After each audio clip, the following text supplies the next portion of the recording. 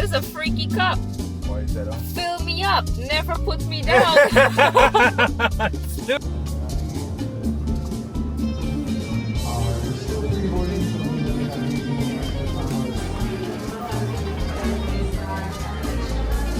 Exactly.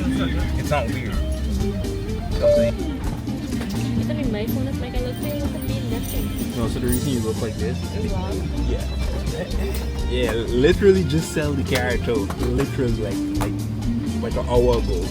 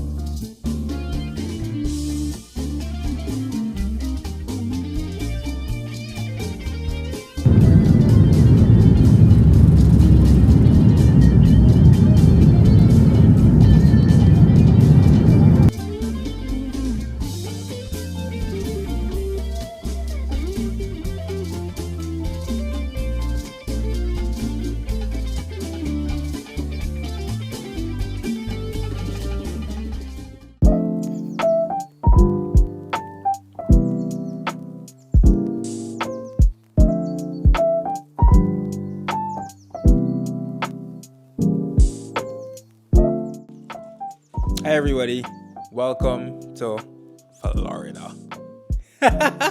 You like that? All of them. You also supposed to go outside. But yeah, welcome folks. I'm in Florida. I'm at my mom's house.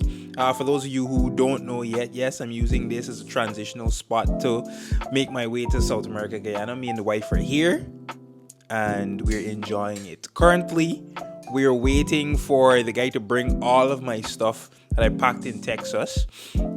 And he's going to bring it here. We're going to offload it. We're going to take a look at it, pack what we want to pack, leave what we want to leave, give away what we want to give away.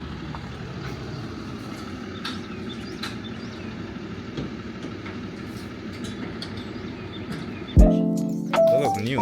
I never see them.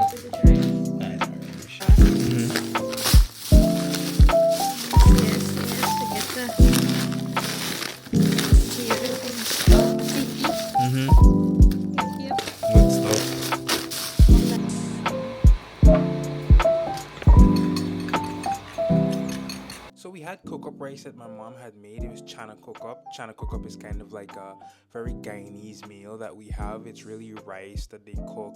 Some people put it in a pressure pot, and it's made with like coconut milk and like light vegetables, and some people choose to add a couple other things to it. We added eggs, and then we went on to have it with some fish that they caught right there in Florida. And we also added some avocado to it. And the funny thing is, I've never been a fan of avocado too much, but my wife suggested it and I was like, you know what, this is great. I like this tastes really nice. It adds a nice bit of flavor. So for those of you who saw my last vlog, you know that I mentioned that me and my wife had a wedding to go to. We got a friend who got married in Orlando and we wanted to go down for her wedding, so we spent some time in H&M in the last vlog finding outfits to go there.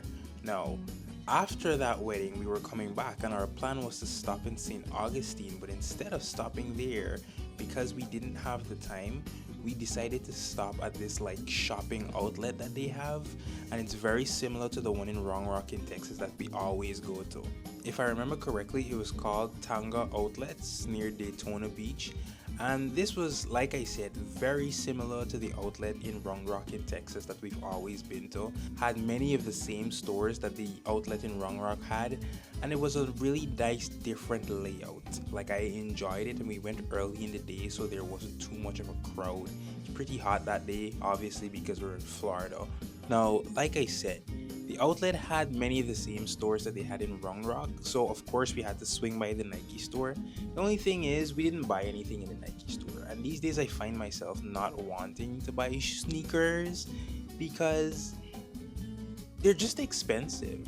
They're just expensive, and a lot of times, especially the ones made of like leather in quotation marks, it feels like I'll buy it, I'll wear it once, and then it's really much done. These days, I really find myself looking for more comfort, and I have the New Balances, and those have been serving me very, very well. I've owned them for about almost 2 years, or just about a year right now. I think it's just about a year, and they've been really, really good. Yes, they got a little scuffed up, but they don't look too bad. We browsed a couple other shoe stores, and we were just kind of looking around to see what we would find, if there was any deals. Obviously, it's like an outlet, so you expect to not spend too much money. But for me, from my experience going to these outlets, a lot of times they're pretty much still up there in price.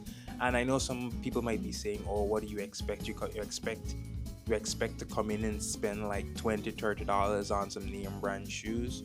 Well, I have in the past. I find myself at Burlington, I find myself at Ross, and they're usually discounted and then discounted again. It's really just a matter of having to go through and search. There was an H&M store there, which was kind of surprising, because I know the one in Round Rock that we went to, there wasn't an H&M, so it really was surprising. Like I said, we went in, I thought it would have been something more. It really wasn't anything more. It was just flat prices, just the usual stuff that you get from H&M, but we still wanted to go in, check a couple of things, check a couple of items, because for us, moving back to South America means we no longer have the ease and access to all these brands. So we're kind of just browsing through to see what we can find. It's like, okay, that's a steal, yes, I'll get that.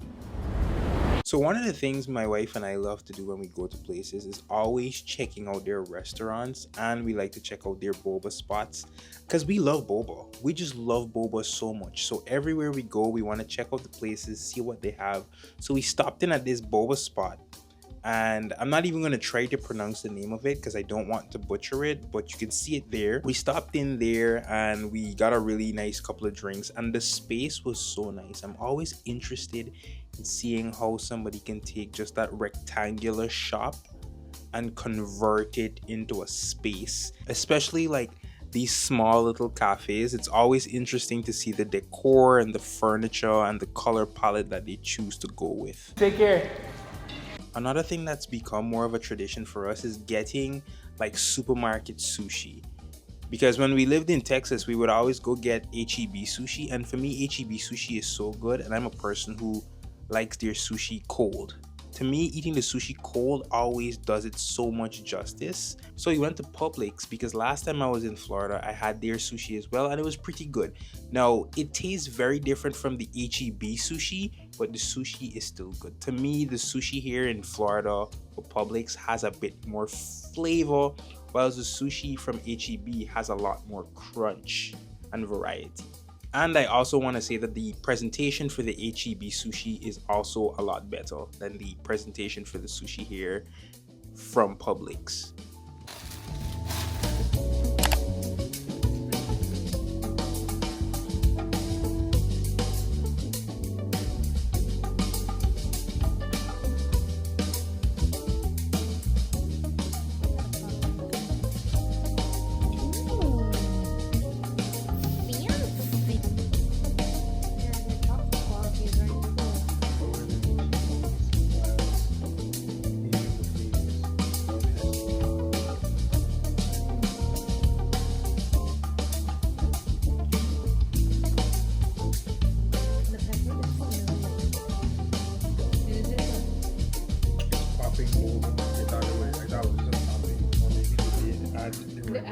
Okay, so it's a mixture of popping boba with regular boba, or regular tapioca pearls, if we're being politically correct. I really started this movie.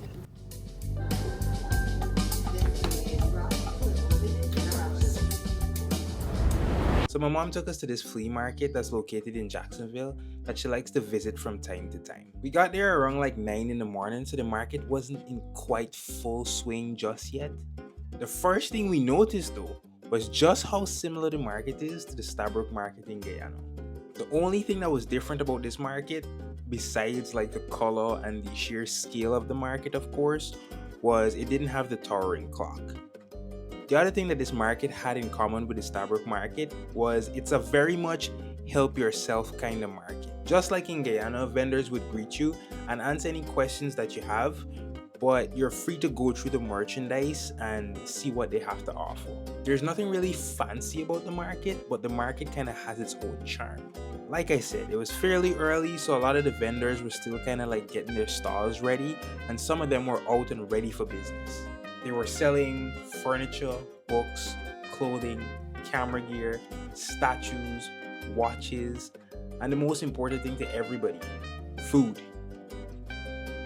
The market was filled with vegetables and fruits, and many of them were very familiar items, especially for somebody who grew up in the tropics.